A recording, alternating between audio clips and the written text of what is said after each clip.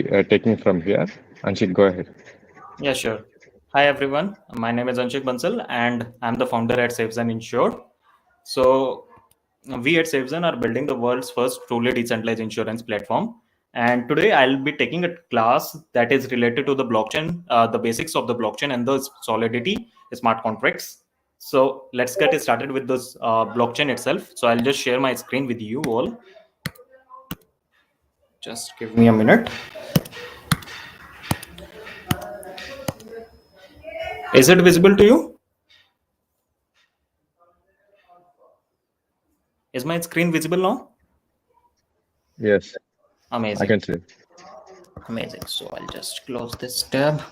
And so at the very core of what is a blockchain? So just give me a second. Yeah, it's selected now.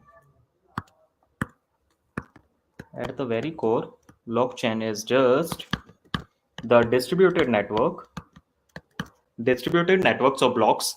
So it is just the number of blocks are there and they are distributed, and each and every one can access that same data that is there on the network.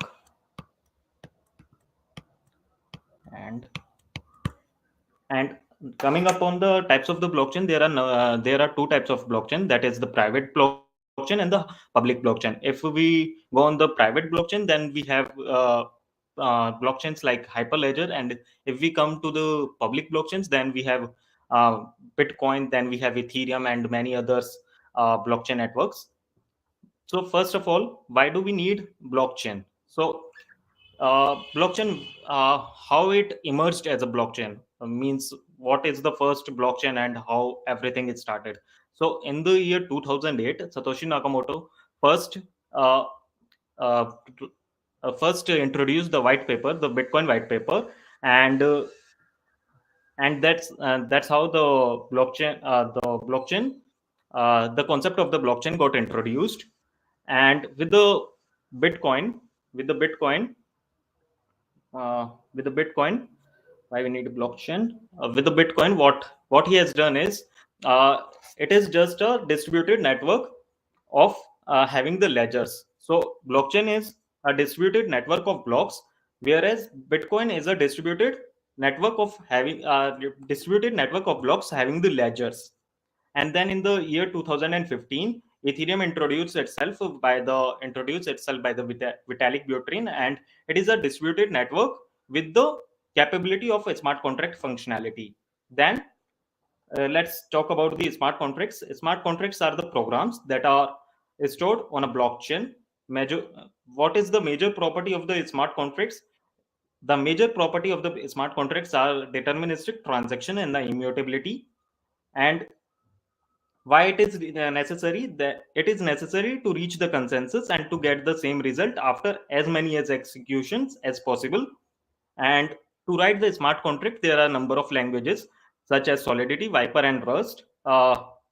And for uh, and how to compile them for the development environment, we can either go with the Hardhead, Brownie, Truffle, or Foundry. So what we will do today is, we'll just test one. We will just write one smart contract today, and let's get started with that.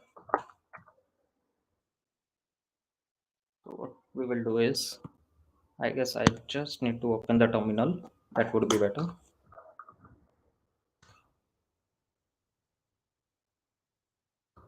CD.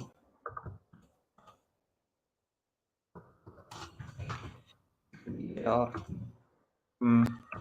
Tutorial.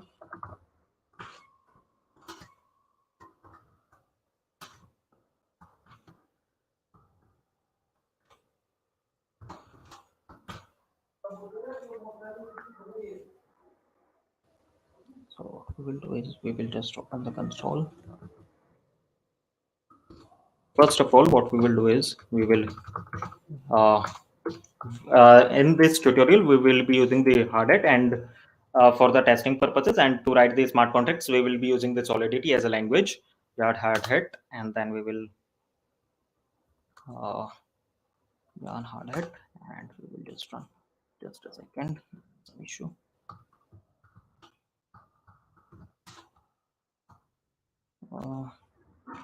There is some issue, I guess. Just a second.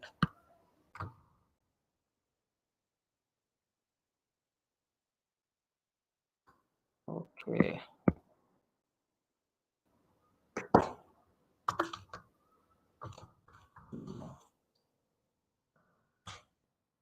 No. Yes, there's some issue. A minute.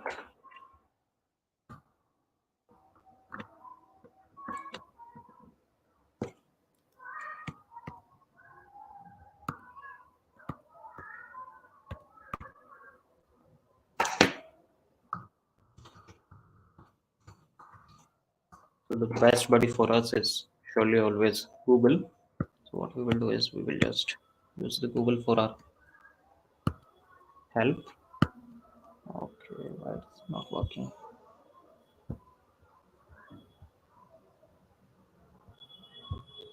We'll use the documentation from the library itself.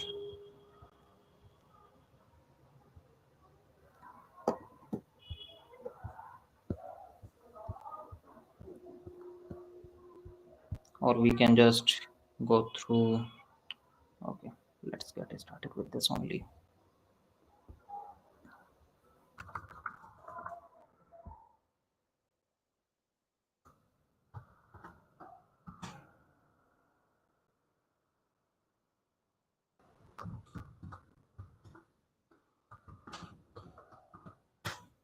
Yes, I actually forgot to install the hardhat library. Sorry for that inconvenience.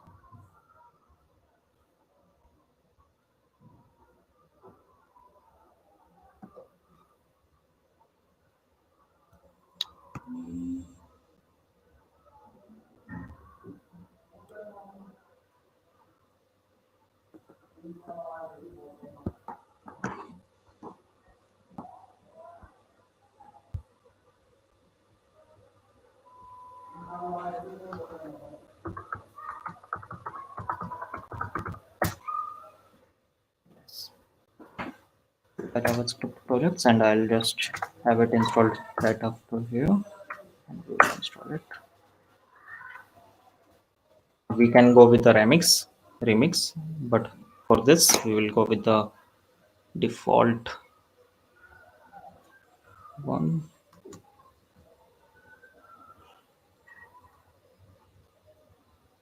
It will take a bit of a minute.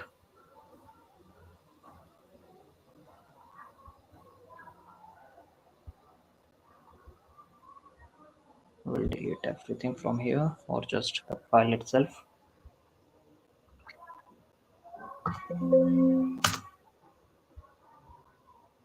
We'll create one file for the testing.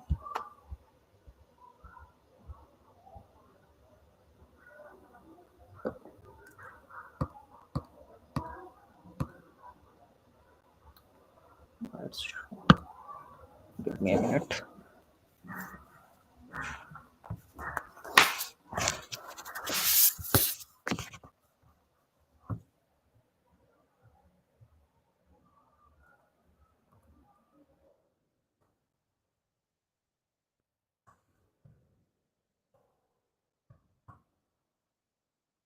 So in every smart contract, first of all, we will need to initialize it with the SPDX license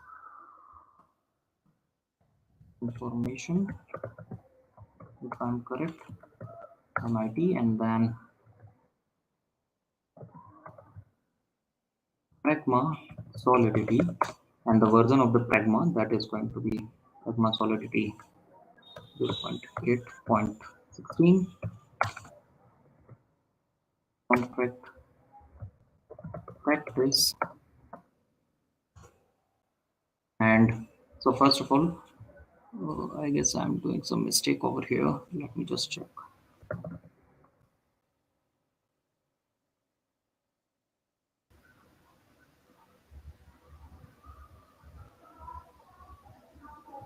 We'll go over with this contracts in the upcoming sessions. Yes, it is identifier actually. SPDX license identifier information is not the word.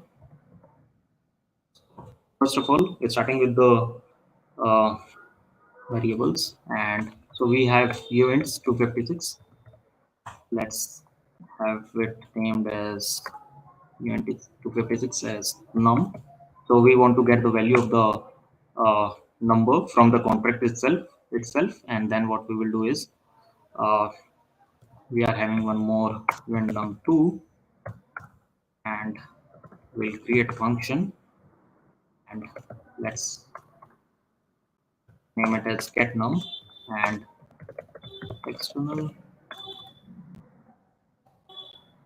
and we want to, there are a number of things that I have missed actually.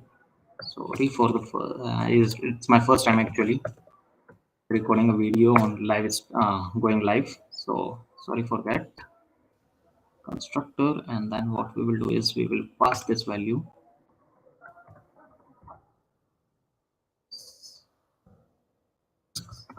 What we will do is we will pass, we'll keep it to be as public for now. Same for this num, and we'll set the num to be as num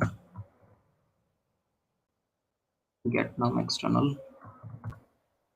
What we will do is we will pass some value over from here into 56.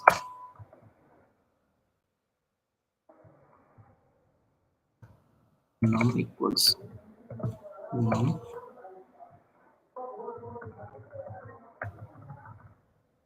What we will do is it's still test here. What we will do is we will go to the remix.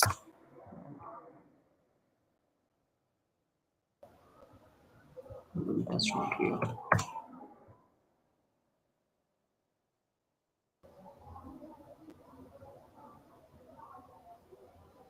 We will create an instance.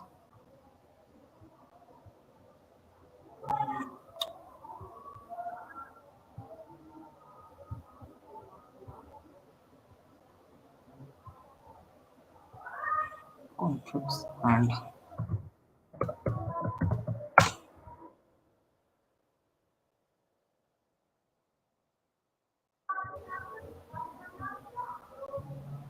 point 8.16, and it is giving some error to us. Okay, so what we will need to do is we will need to change the compiler version. So first of all, it is a license identifier at the top. We do have number of our license identifier. If you have to search for the licenses, you can just license GitHub licensing a repository, so you can find all the licenses that are available. There are a number of licenses like MIT, and then we have BUSL, and number of are there like GPL, and then after which we will specify the compiler version, which compiler version we want to compile, because Solidity is a very new language, and with every modification, whatever the new Solidity version appears, there are a number of modifications that happen behind the scenes. So it is always necessary to specify which compiler version we are going to use. Then we are creating a contract. Then we are having a num variable, that is a uint256 variable type. Then again we are having a num second, that is again uint256. Then we are having a constructor where we are passing the value of the num, and we are setting the value of this num. We are setting this value, and then after which we are setting this value. Actually, it is not a get function, it is actually a set function, and then we will get the value of the numerator into 56, and we are just getting. So what we will do is we'll have external view returns into 56, and what we will do is here I am just doing something important, so as you can find to be an interesting one, so let's deploy it.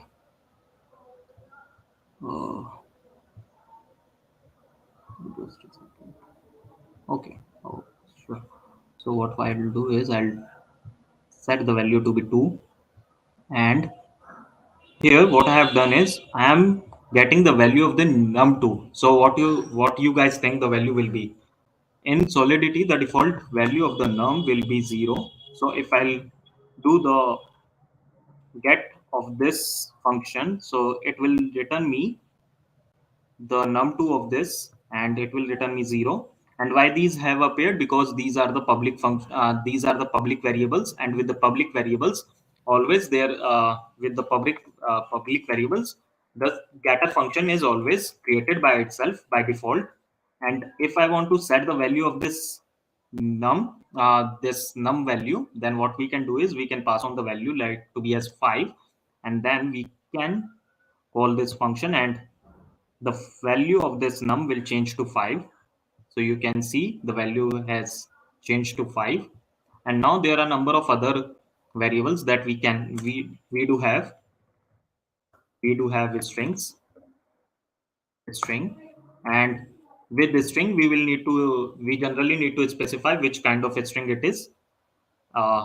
Is it memory, or is it storage, or is it a old data? So all three these need to be specified. We do have addresses. Addresses can be actually again public or private. Let's consider it to be as a public one, and we can specify it to be as, let's say, user address. And what we can do is we can include some other function. Let's have this function set user address and external. And what we will do is we will store the address of user of my address here. So what we will do is we will call message of sender and it will store my address over here. And to get the value, it is a public variable, so we do not have to care about that. What we will do is we will again deploy it. I think it's not a good choice to have it here. I'll just remove this one. I'll deploy it again.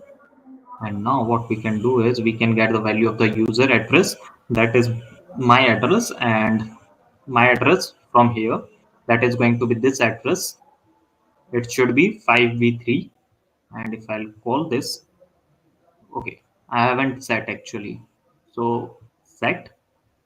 So the initial, the if by default the address used to be this, because I haven't set the addresses by now. And if I'll call it now, the transaction has already gone through. If we will check, the transaction has been called set user addresses, and if we click over this, we can find that the transaction has been successful. uh, Transaction has been mined, and the uh, execution has been successful. So the value has been changed to 0x5b3, and if we hover over here, it is 0x5b3. So that's done. And now let's try to do some more interesting thing. Let's set the value for the string. Let's keep it as public, and uh, let's say I want to store the fruit name. And what I'll do is function set fruit name, set favorite fruit,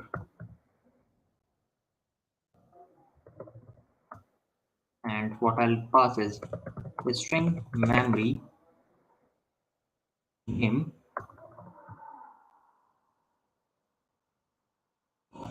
You need to have this one specified, and external. And what I'll do is I'll set the value for the fruit name equals fruit name, and that's it. I'll compile it. It will get successfully compiled, and then I can again deploy it again.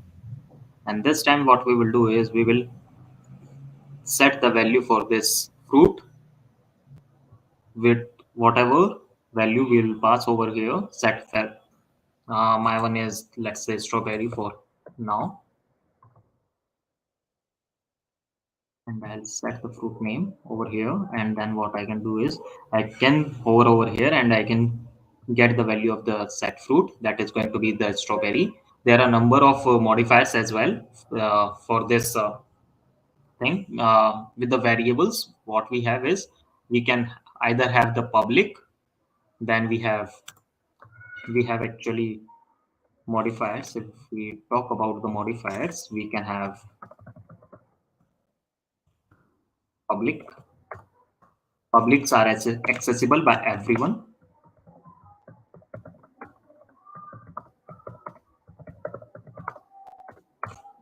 Then we have private. Then we have internal. Then we have public, private, internal, and one more is left actually. If I'll just hover over here, public, private, internal, and I'm missing one. Let me.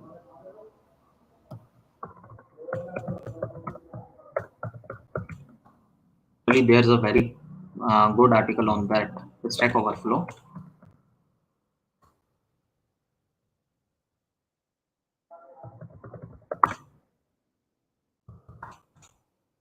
So Google Baba again with us.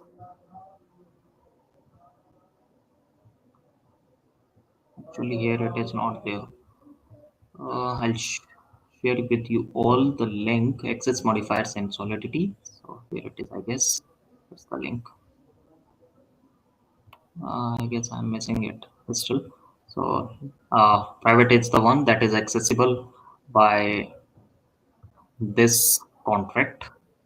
Internal is the one that is accessible by this contract only.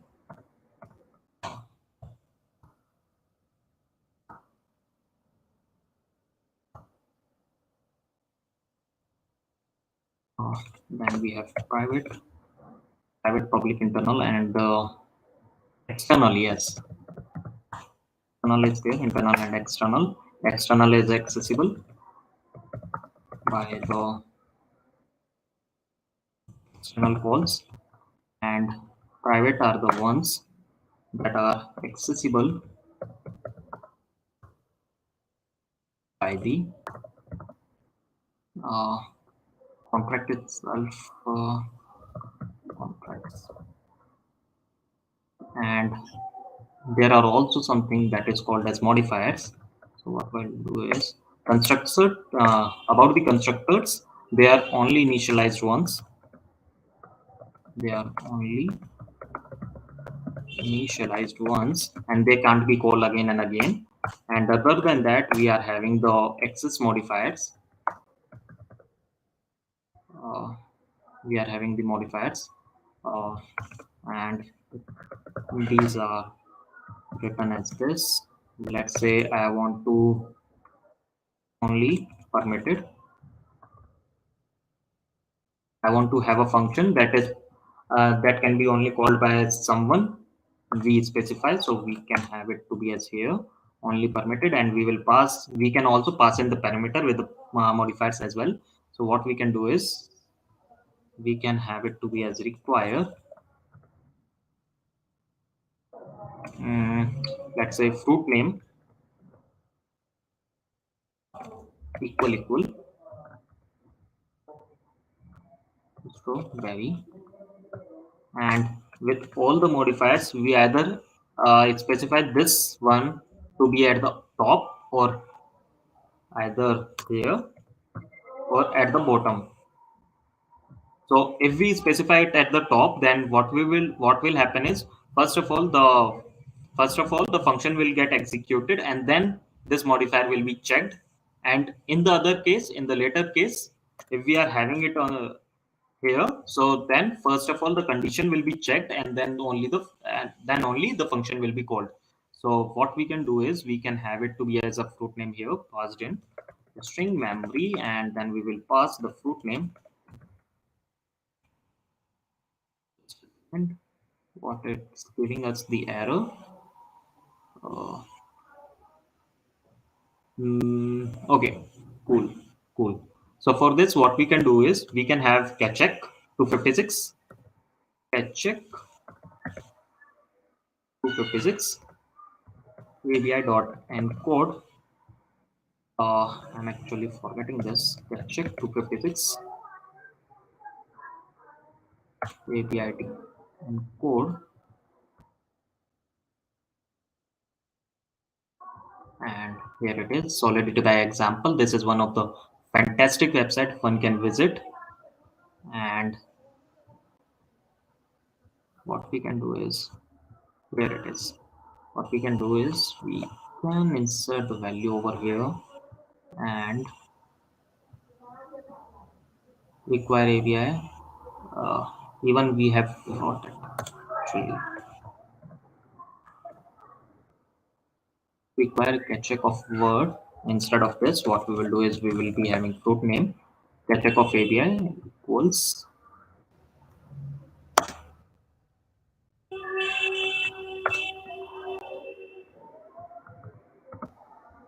equal, and again I paste it equals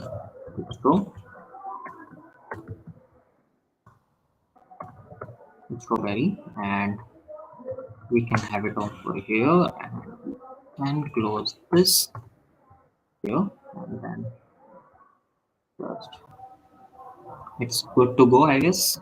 And if I'll go, it will compile easily. Why we have used catch-up 256? It is so as we can encode the data, because strings actually can't be compared.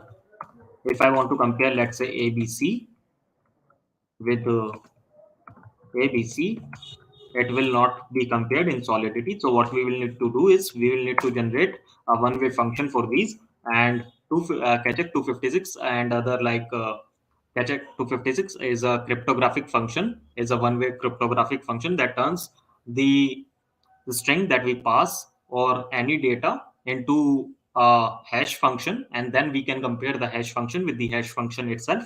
And with this we can check and compile, and what we can do is we can specify the compile modifier over here external, and let's say I have kept is that's only permitted, external only permitted, and if this will be done, then only if we will pass the fruit name to be as a strawberry, then only it will set. If I'll pass mango, then this function will not be called, and in that case it will revert back. So what we can do is we can check if it is working or not. External only permitted. Okay, just a second. I haven't passed the parameter actually. I forgot to pass the fruit name from here. We can pass the parameter with the modifier as well. So it has been compiled, and what I'll do is I'll delete the deployed contract and I'll again pass it. I'll again deploy it. So what I'll do, first of all, I'll try to pass some other name, set favorite fruit. So what I'll do is I'll try to pass mango, and it should not work. It will revert. So if I'll see, it has been reverted, the transaction has been reverted. And the other thing that we can do is with this we can again try it with, let's say, apple, and again the transaction should get reverted. And what happen if we pass strawberry, it should get succeeded strawberry. And also one more thing that I'll also showcase to you guys in a minute. It has been successful, so the set function has worked this time because we have passed the parameter to be as a strawberry. But what happened if I just turn the strawberry to be as strawberry? I have just changed the s, so what will happen? Any guesses? So it will again revert. Why it happened? Because hashes, the catch-up 256, even with the smallest change in the word, can change the hash function way differently, and that's why the this will not be equal to this one. So we have covered the constructors, we have covered the contracts. Then we do have covered the modifiers as well. Functions we have tried to create it. Then we can have also internal functions that can uh, only be called by these. So what we can do is we can have some function that can set the num2 value. So let's say we are having set num2 value, and we are having un256 num to be as the value over here num2, and it is an internal function. So instead of whenever we will call this set num, so what we want, that num2 should be equals to num2 okay, just a second, un256, because we do have it specified over now over at the top. So what we will do is we will be having this set num2 uh, as a internal variable. So what we will do is we will have this to be as 2 times of num, and to set this value, what we will do is we will call set num2 with this value,